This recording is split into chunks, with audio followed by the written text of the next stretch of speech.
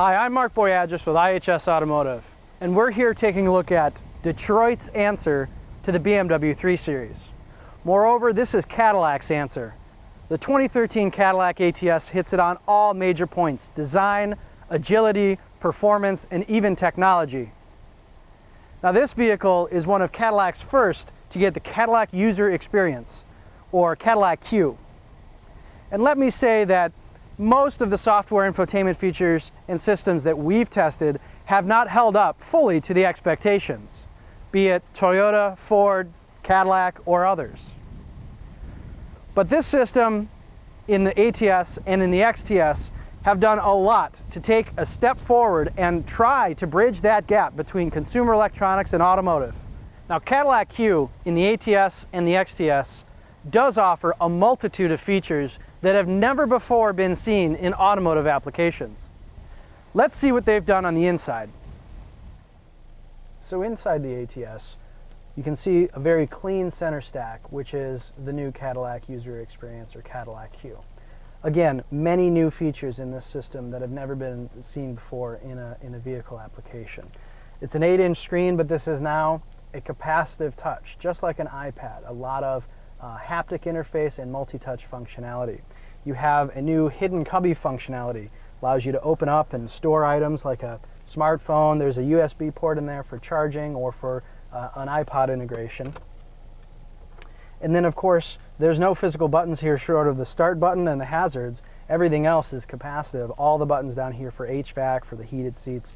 It's a very nice user interface because it's clean, but it also offers haptic response. Every time I touch that, there's a little vibration and telling me that the command has been received. Furthermore, just below the screen, below that silver bar below the screen, there's two proximity sensors, which as I bring my hand up, actually bring up a new menu.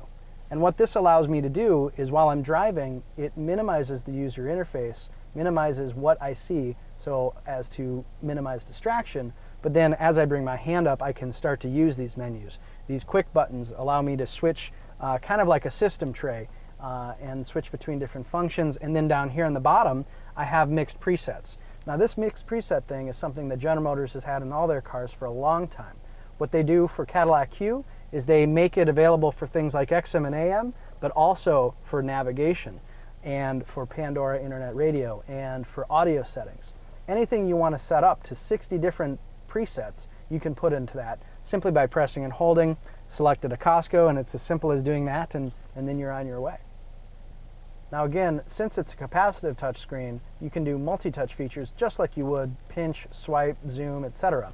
So if I want to zoom in on the map, I can just do that, and then I'm zooming into that location.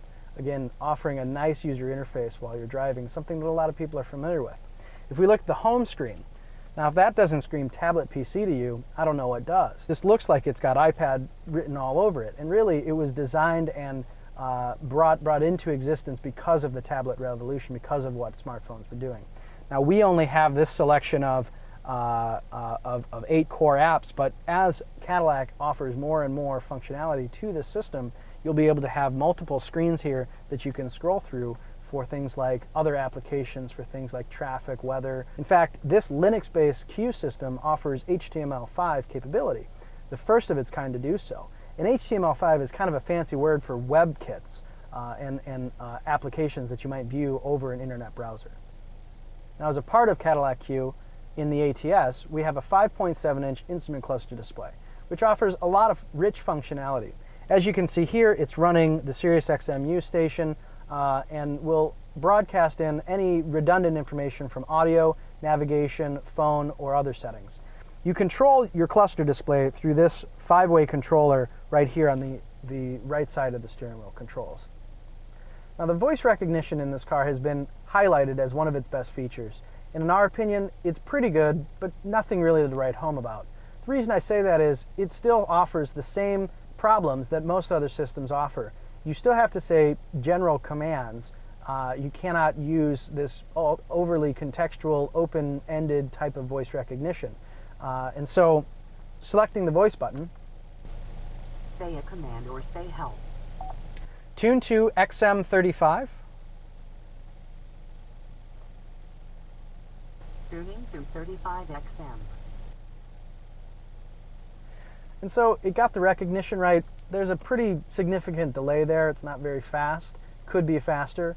And if I would have said something a little different, like I want to play XM channel 35, it wouldn't have understood me. And so there's no natural contextual voice recognition in the system yet.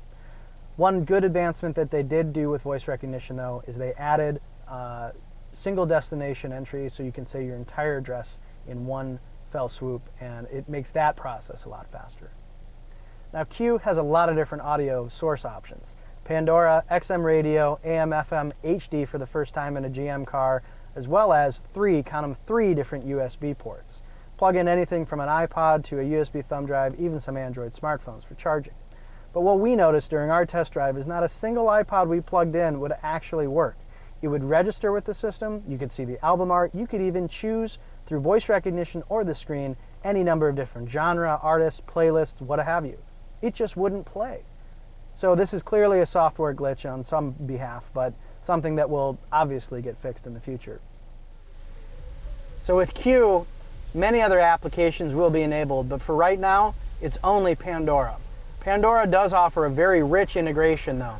We have the thumb up, thumb down, of course, and so if I want to thumb up at any time, I just press the screen and make that selection. If I want to change stations or skip tracks, I can do that down here. I can go into Browse and I can scroll through all my different offerings. I can even make selections via voice through this system and change some of the radio stations that way.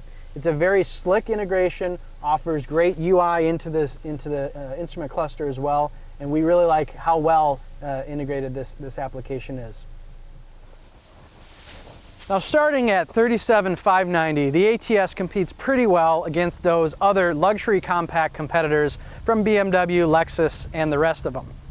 But in my opinion, when you upgrade and add CUE, which is not standard on the ATS, it goes up to $41,375 as we have priced here, and adds a lot of the technological features that you're going to want with this vehicle segment and will make it competitive against the 3 Series and its competitors. The price point really offers a good selection of great technologies, as we've mentioned. The capacitive touchscreen and the haptic interface with proximity sensing. The Bose 10-speaker surround sound audio system is almost bar none, and the voice recognition, while laggy, does offer a great user interface. This vehicle, when it's 10 years old, will still be as fresh as the day it was brand new because Cadillac can continue to upgrade, offer more applications, more content to this system over time, and make sure that those bugs don't stay around for the long term. In my opinion, the boys from Bavaria should be concerned about this ATS and what it's going to do to the 3 Series sales.